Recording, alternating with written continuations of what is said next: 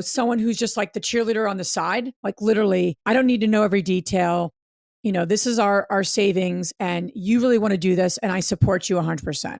To, we're going to do this together full time, 50-50. We're doing this together. And then there's another whole scenario of like, I want to do this. And then the other partner's like adamantly against it. The biggest thing that needs to happen with ever category you're in, right?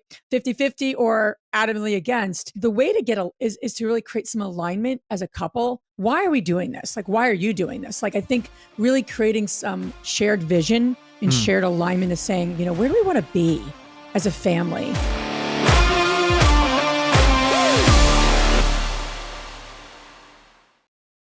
Hey friends, welcome back to the CarrotCast podcast. I'm your host, Brady Winder, and I got a new friend with me today, Liz Faircloth. Welcome to the podcast, Liz. So excited to be here, Brady. Thank you for having me. Yeah, absolutely. Thanks for coming on.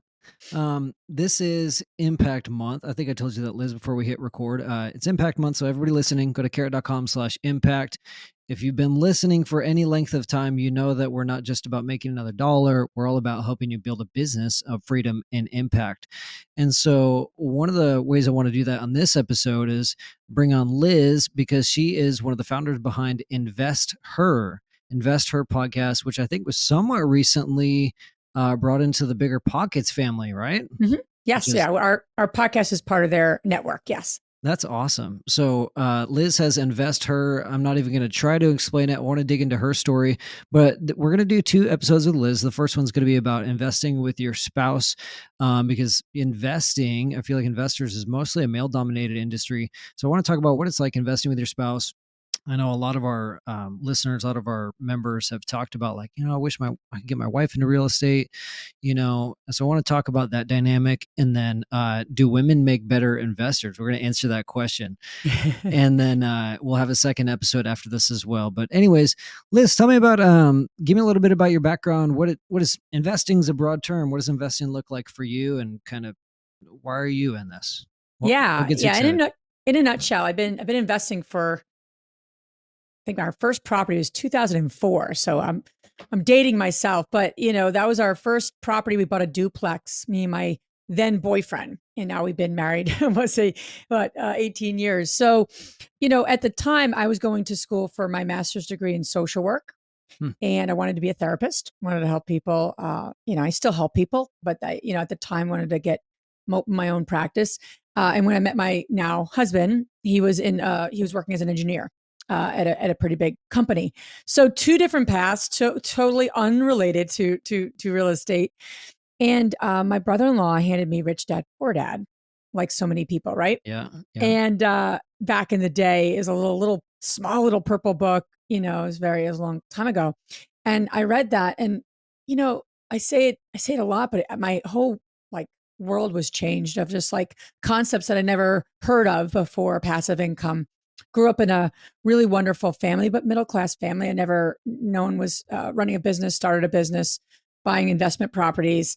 That just wasn't our world. My dad, was a school teacher. He was a special ed teacher for 40 years. My mom worked part-time. So in insurance. So I just wasn't familiar with any of those concepts. Yeah. So in talking with my boyfriend, we both got equally intrigued with real estate at the same time, started going to courses and classes, and picked up a duplex, borrowed $30,000 from my father, and which was a big deal because my parents didn't have a whole lot of money to invest, and they lent it to us at 6%, which was great at the time. Yeah. And that really got us going. And then we grew our business in Trenton, New Jersey, which wasn't the easiest place to invest. We were buying dilapidated properties, wanted to make a difference, and really learned landlording, learned a lot in the business, and then really scaled our multifamily business over many years. And now we own a couple thousand units with about 400 investors in mostly the southeast part of the United States. So we syndicate larger properties and larger multifamily now. But I can't say that was always the case. We had a lot of twists and turns along the way, worked many years together. Yeah. And that's kind of what we mostly focus on now. And that's how we got started. I appreciate that story because it's very different. Usually it's like one person gets into it, and tries to get the spouse into it, or meet somebody later on who was already interested in real estate. I think it's really cool how you guys found that at the same time. Yeah. Um, so you went from flipping and buy and hold into multifamily and kind of scaled it up over the years. Yep. My biggest question is like, so we get some of our customers will like come to us and be like, how do I, in our masterminds, they'll be like, how do I get my wife interested? How do I get my Yeah. wife on board with this? And I don't know. I don't think there's a one size fits all answer to that. I don't know. I guess you haven't really experienced that personally. Like, how do I get my spouse interested in this? But do you have any advice to someone Yeah. for that? I think it's interesting, right? Because what's neat is right. So we run a women's community, and I'll get to InvestHER, at some point here with you, Brady. But a lot of the women are like, "How do I get my husband involved?" And so Yeah. it's just whichever spouse, right? And it could be whomever. The bottom line, I think, in so many ways, is that real estate investing is a lot of time. It's money. It's a big deal, right? So it's really a hard thing to be like, I'm just not going to talk to my spouse about this. Like, so it's really something that's a necessity to really create alignment. I think there's different levels of alignment, Brady. I think you can go from, someone who's just like the cheerleader on the side, like literally, I don't need to know every detail. This is our savings, and you really want to do this, and I support you 100%. Mhm. To, we're going to do this together full time, 50-50. We're doing this together. And then there's probably everything everywhere in between. Then there's another whole scenario of like, I want to do this, and then the other partner's like adamantly against it. Yeah. Right. And so that's Yeah. a tough one too, right? There's all different levels. Obviously, I'd say the biggest thing that needs to happen, whatever category you're in, right? 50-50 or adamantly against, the way to is to really create some alignment as a couple. I think so many times people talk about, I'm going to do this so I can invest in real estate. Why are we doing this? Like, why are you doing this? Like, I think really creating some shared vision and Mm. shared alignment is saying, where do we want to be as a family? Like, what is this going to do for our family? That's the conversation that spouses and partners and people building a life together need to have. That's what me and my husband, I think, are so passionate about when we're talking to couples, because those are the conversations that aren't happening. They're talking about buying a property and the risks associated with that property. Yes, Mm. those are things that need to get talked about. But the bigger conversation is really about, like, where do we want to be in 5 years? And Yeah. what is that lifestyle? And this is a vehicle to get there. I think that's where you need to get aligned on, and you need to Having a talk about that. clear vision 50 Correct. years out.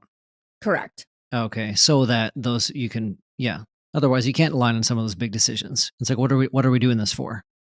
And money, relationship to money, Brady, is a big one in this, right? Because Yeah. obviously, you can get creative right now in real estate, but it takes someone's money, right? It always takes Yeah. someone's money to invest, and so people's money, relationship with money comes up a lot, all the Yeah. time in this business, and that's a whole other can of worms that really needs to get talked about.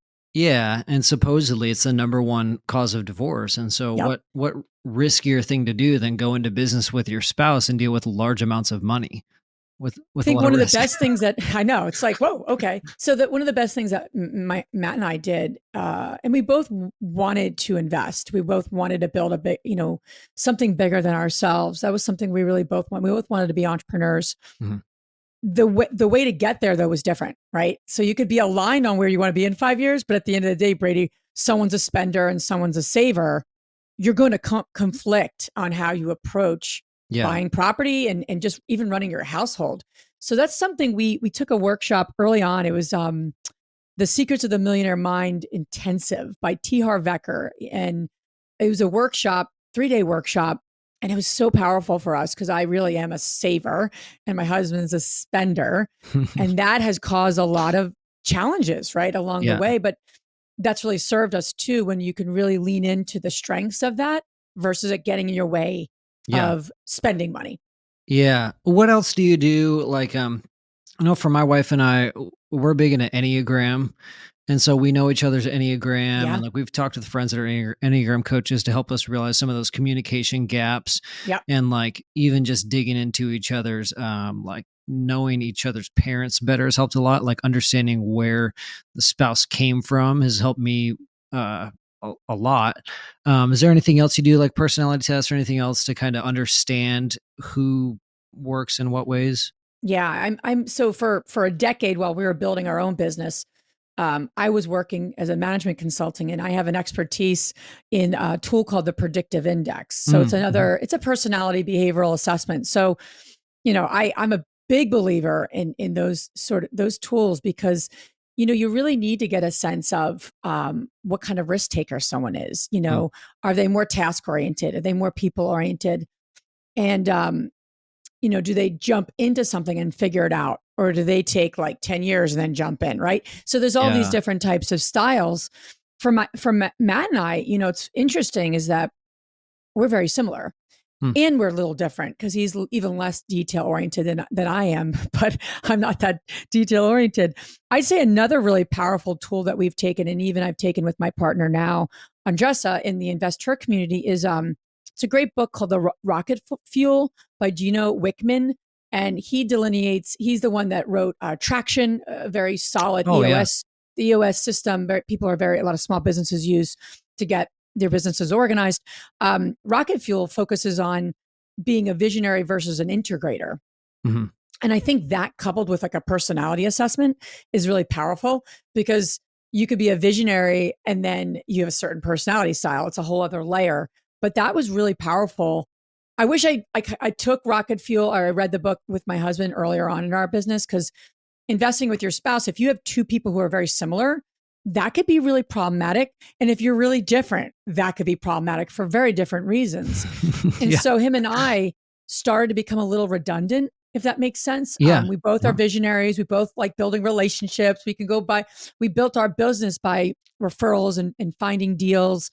But then ultimately, as you build a business, you got to be running that operationally very efficiently, right? You're Right. managing timeline, you're managing budget. I mean, that's the Yeah. whole crux of our business. Neither of us wanted to do that. So, that's a You problem. need some integrators in your life. You Yeah. need some integrators. So, I say that how powerful that is when you could really own that and Mm. you really can gain clarity in that with your spouse. And even if it's a supportive spouse, it's helpful to know where they fall so they can support appropriately, right? Yeah. So I'm really curious because my wife and I are like we could not be more opposites. We joke that like if we had met, I'm so glad we didn't meet in high school because I would not have had a chance. Like different friends, different everything. Yeah. But we're opposites, and I'm super grateful for that. And I can't relate at all to couples that are very similar. It almost weirds me out. I'm like, how do you guys even function? Like, because she sees my blind spots, she's strong where I'm weak, and it works out really well most of the time. I think each scenario has its own Sure, sure. its own pitfalls.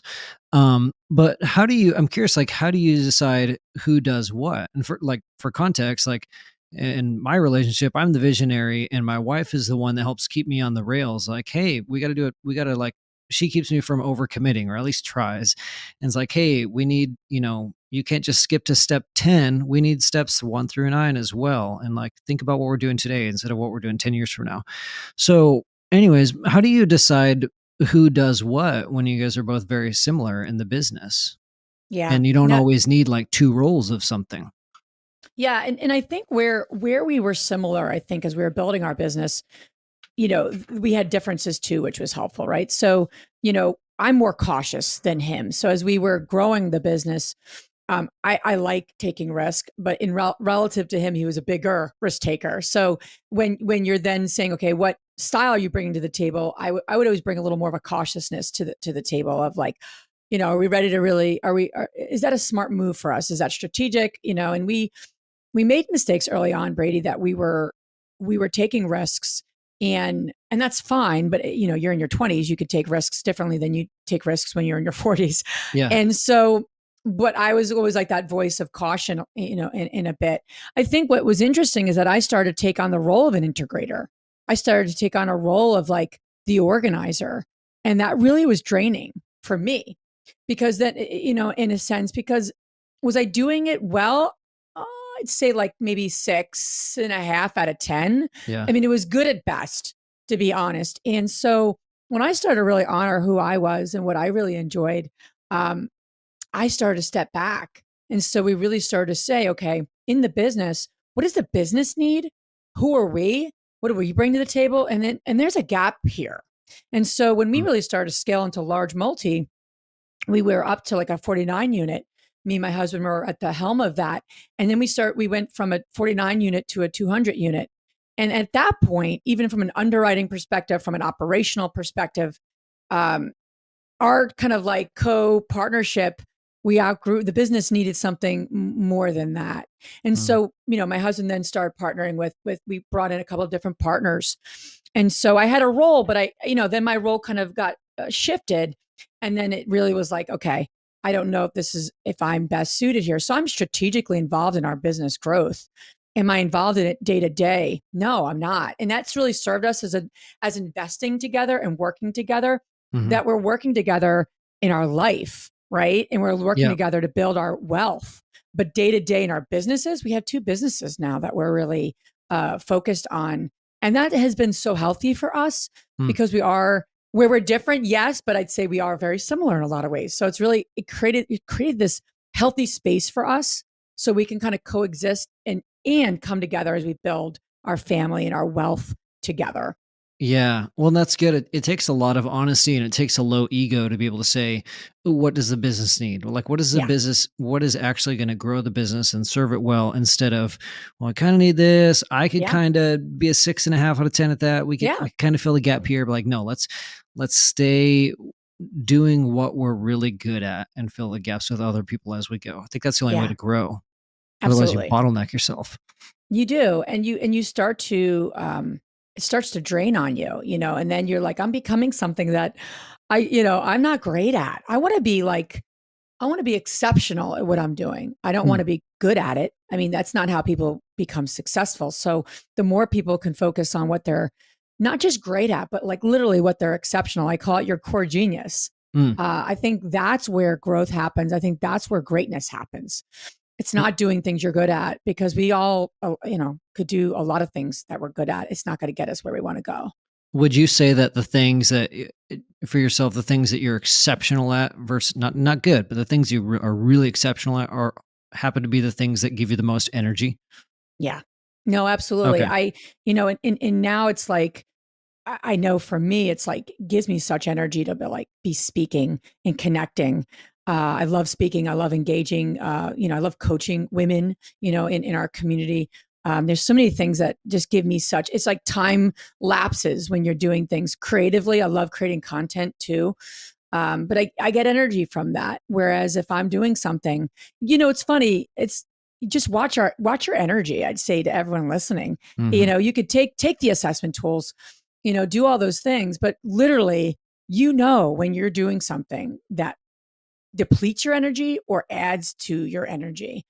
Yeah. Usually time lapses. You don't realize, like, I know when I'm doing a difficult task, I'm like, I just keep looking at the clock and it just time is like, oh my God, please. Right. I just want to, but if not, I'm like, oh my God, that felt like 5 minutes and I was there for an hour. Right. It's so funny. I was just watching. I mean, we're big advocates of that. It's energy. I asked that question because I want to make sure we're speaking the same language. Like Yeah. we have a tool called the Energy Audit. If anyone's listening, Oh, you've probably already heard of it. But carrot.com/energy. hmm. Basically, just like write down what gives you energy versus what drains your energy, and slowly, set a goal like once every month, once every quarter. Really tackle 1 to 2 things. Say, okay, what can I get out of this energy drains, and how can I get to where the majority of the tasks that I'm doing are energy giving instead of energy draining? I feel like Hmm. just speaking from personal experience, it gets me so much further and is way more sustainable than what's going to make me the most money. Yeah. And the funny thing is, if you're lucky enough, like hopefully by doing the things that give you the most energy, you excel, and that happens to turn into more money. I don't think it's always the case for every single person, but I think that's way more sustainable.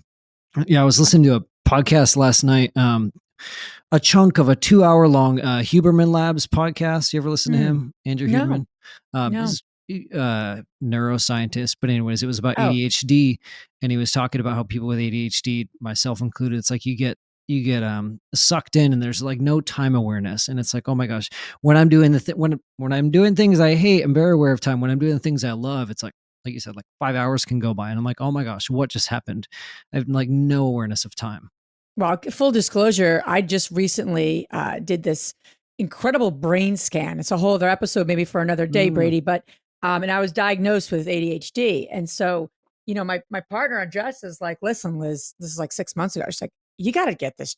I think you might want to listen to this podcast. They're talking about ADHD. I'm like, I don't have that. I can be disorganized, but I don't think I have that. I mean, listen, I'm in my mid 40s. Don't you think I would have known that by now? And I recently got diagnosed, and has really been really powerful and Mm, helpful. Because I do think now you add the layer in, to your point, we become what we think we should be, right? Versus like, wow, my brain operates differently. So I've had to be organized in certain ways, but my brain does operate differently. And how do I optimize that versus not? So all right. interesting journey, right? But Yeah. it's actually been really powerful and helpful. And timers have been very powerful for me when I am procrastinating on something. And if you're listening, whether you have ADHD or not, but if you procrastinate, timers have been powerful for me, where I literally put a timer up, have like 20 minutes, and I'm you got your timer. It's been like my best friend, right? It's like I've been so much more productive, Yeah. especially for the things that like maybe are not true visionary tasks, but I really need to weigh in and give Yeah. as a co-founder. So I'm like, all right, timer's up. Let's go. Yeah, it's huge. And then we'll transition. The irony, we start a conversation about ADHD. That rabbit hole could never end. I could go on that for hours. But I think it's just as valuable, like even if you don't have ADHD, like understand yourself, understand how your brain works, understand your strengths and weaknesses. Like, like you were talking about things like the Colby test, predictive index, like know how you work is huge, especially if you're, working with a spouse or a business partner. Absolutely. Um, so for the sake of time, tell me about InvestHER. I want to hear about why InvestHER, why you started that, what really gets you excited, kind of the impact you're looking to make with women, and yeah, what pumps you up about InvestHER? Yeah. And it's interesting, right? Because people always say, when did you start this? I actually started it 20 years ago when I was actually in grad school, and I actually had a field placement. So social work was my background. Hmm. I had a field placement with women who had a mental illness, and we're also like just societally really dealing with so much. And so I was inspired in the moment when I was like early 20s. I said, I would love to create a center for women where they support each other, where women come together and just really lift each other up, or give something, get something. So that was literally, I wrote a business plan when I was in my 20s about this idea. And then I put it put it in a shelf, and didn't look at it for 20 years later. And Hmm. I met my business partner now, Andressa. And so we had different paths, and we came together, started flipping property, did about a handful, half a dozen deals together. And we get together, Brady, we go to conferences, we go to meetups. We're lifelong learners, and we would see very little women there. And we said, Hmm. there's something wrong here. We know there's women investing. We just didn't know a lot of them. Yeah. So we said, let's start a podcast, where we highlight women's journeys. And then let's start a meetup where women can come together. And let's start a Facebook group where women can come together. And let's do a conference and a summit. And so all these ideas kind of came together. And now we have over 30,000 women in 50 plus meetups across the country and in Canada. We have a Facebook community of 15,000 women who are supporting each other. We have a podcast that's published by Bigger Pockets where we highlight women 400 episodes later. I was told we'd run out of women to interview, but early on, and I said, no, I don't think so. And we have not Hmm. run out of women to interview. I think what jazzes me up is that we believe that women deserve and women have the right to financial freedom, and achieving financial freedom in the way that works for them, right? Living life on their own terms. Yeah. And we see it as a right. So women can make the choices they want to make on their own terms, not because of other people or other circumstances. That's So we great. see that as a right. What's fascinating is that the pendulum is shifting. I don't think women are a niche anymore in the investing space. Mhm. We also see statistically, right, stats out there. Women control $10 trillion, Brady, right now in the U.S. economy. That number is going to 30 trillion in the Hmm. next 3 to 5 years. So Wow. the wealth transfer that's happening, and that literally women are going to be sitting on, Yeah. is incredible. And so that's actually our theme for our conference next June. Is it's all in, like, it's almost like a women's, we call it the women's financial revolution happening. Yeah. But so many women, statistically, across the board, 19% of women are actually confident in investing. So Hmm. we are literally exist to shift that pendulum to say, okay, what, not only content and knowledge does someone need to have, but what does the community look like? Who are you surrounding yourself so that you can take that confident action? And so that's what all the things that we do, all we stand on is all about the knowledge plus the community Well, equals what we need. well, I love it, and I feel like you read my thoughts because you said what I was hoping you would say. It's about the confidence. Your answer really surprised me because I thought you were going to say like, I thought it was going to be we started the podcast to get more women into investing, and yeah, that's a byproduct of it. But I wasn't expecting when you said something to the tune of, "We know there are more female investors out there. We know that there are more women investing." And so it kind of the way I read that is that there's almost a like a misrepresentation happening online or at RIA meetups Yeah, where it's like the women aren't showing up or they're not putting themselves out there because it's a male dominated industry or for whatever reason, but it's that confidence. And so that's why I love what you're doing because it's like, no, it's like if you're doing it, like get out there and share what you're doing instead of just like trying to go about this solo. absolutely. Because that's women become really good at doing things by themselves.